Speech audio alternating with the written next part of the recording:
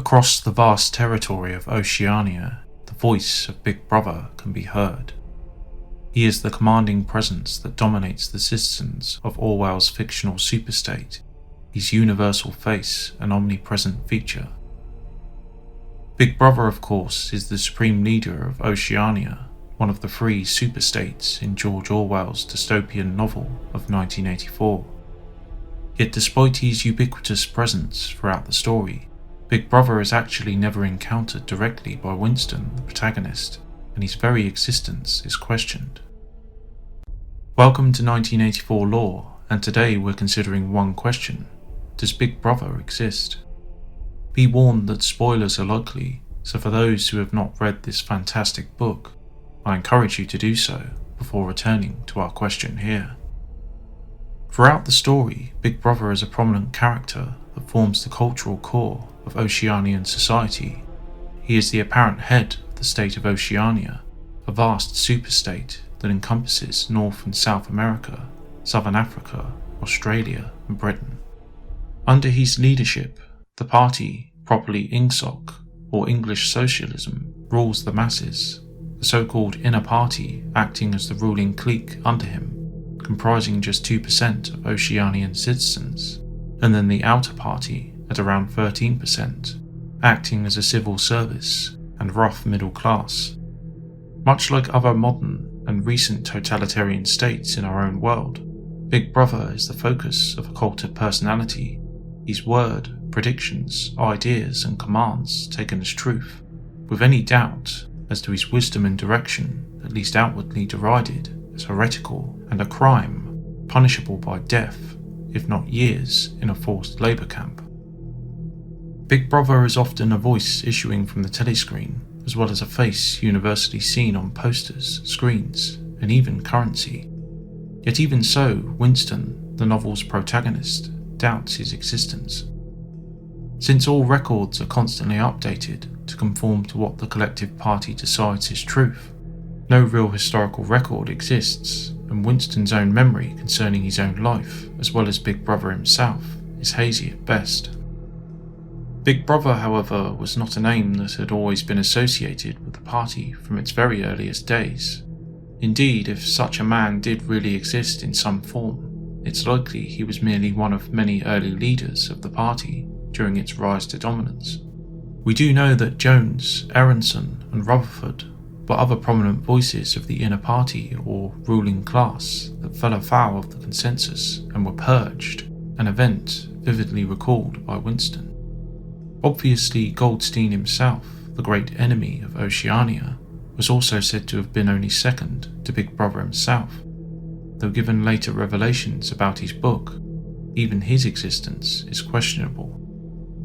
Winston muses over this issue to the extent that when he is finally apprehended for thought crime in the final part of the book, he is tortured and interrogated by O'Brien, yet at one stage is allowed to ask questions, one of which is, does Big Brother exist? As a member of the fanatically loyal inner party, the novel's chief antagonist, of course, affirms BB's existence. However, when Winston presses the issue, asking, does he exist the same way I do, O'Brien merely states that Winston, as a thought criminal and unperson, does not now exist. This refers to the process of a criminal's complete obliteration from both the records and from the minds of all who knew him through the processes of doublethink and crime stop, mind control techniques we shall explore in another video.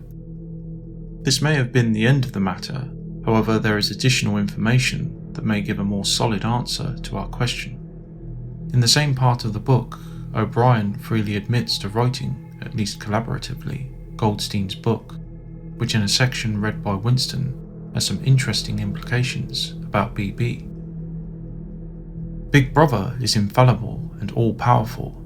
Every success, every achievement, every victory, every scientific discovery, all knowledge, all wisdom, all happiness, all virtue, are held to issue directly from his leadership and inspiration. Nobody has ever seen Big Brother.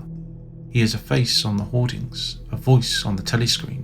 We may be reasonably sure that he will never die, and there is already considerable uncertainty as to when he was born.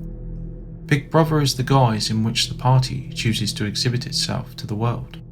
His function is to act as a focusing point for love, fear, and reverence, emotions which are more easily felt towards an individual than towards an organisation. A long quote to be sure, but a highly relevant one.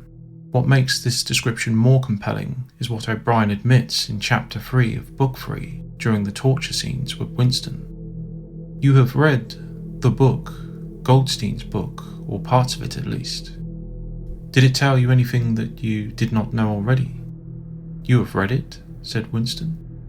I wrote it, that is to say, I collaborated in writing it. No book is produced individually, as you know. Is it true, what it says? As description, yes. As description, yes. O'Brien then seems to freely admit that the explanation of the Oceanian political and societal structure is, in fact, true. Of course, this can never be 100% given the nature of doublethink. O'Brien, though unthinkable to a party member, could possibly accept the idea of BB not existing if that idea served the party's interests in the moment, before reverting back to a fervent belief in his existence. This may seem deranged from our standpoint, but perfectly logical to a party, especially a high-ranking inner-party member. However, I don't see any obvious reason that O'Brien would be lying. A man that can't die is obviously no man at all, though of course, as with most things ingsoc, a liberal dose of ambiguity is present, and the authors may simply be speaking in terms of influence. However, this doesn't appear to be the case. The same doubt as to BB's birth also casts doubt on a definitive existing man. All this, along with his description as a figurehead, a simple tool by which the party more easily controls the masses, is quite compelling evidence in universe that Big Brother does not likely exist. In addition, Winston's own experience may also support this and inform his own secret opinion that BB likely doesn't exist. Winston himself works in the Ministry of Truth, essentially forging and changing historical records to accord with the current party consensus. He often works on speeches and articles publicly attributed to Big Brother, another obvious plank in Winston's own doubt about BB's existence. But what do you all think, comrades and friends? Does Big Brother exist? Did O'Brien, or even Orwell himself, slip up in admitting that all the descriptive aspects of Goldsteins' book are true? Write your thoughts in the comments, and subscribe for more 1984 lore videos like these.